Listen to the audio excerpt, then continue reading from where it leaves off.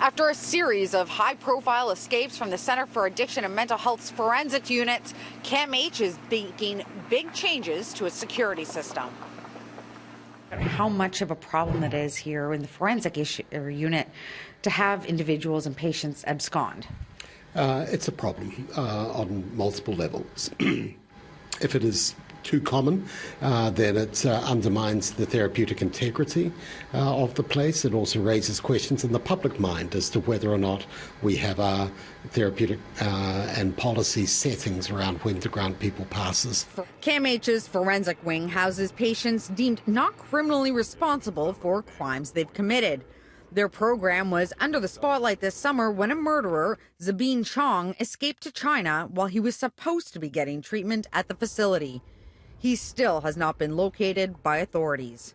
Ahmed Salim, who was also convicted of violent criminal acts, was also able to flee the program, but unlike Chong, was quickly apprehended by police and returned to the facility. Typically, about 10 or 12 people a quarter would abscond, and that was so for the first 2 quarters of this calendar year, so about the normal rate. Simpson says that number has dropped to just 5 missing patients this quarter, which could mean that they're an hour or 2 late on an unescorted pass or gone for several days.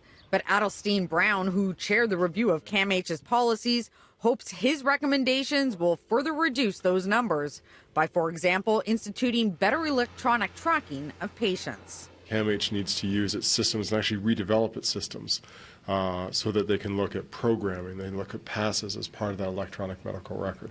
Other key recommendations include building a fenced-in area and prioritizing the long-term redevelopment of the forensic units.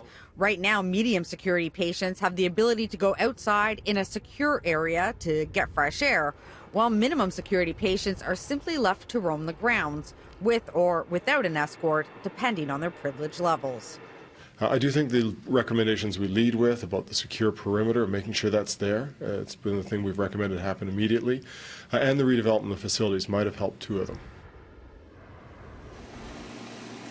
CAMH has embraced the list of recommendations and says it aims to have most of them in place within a year, some even sooner. As of today, the only forensics patient missing from CAMH remains Chong.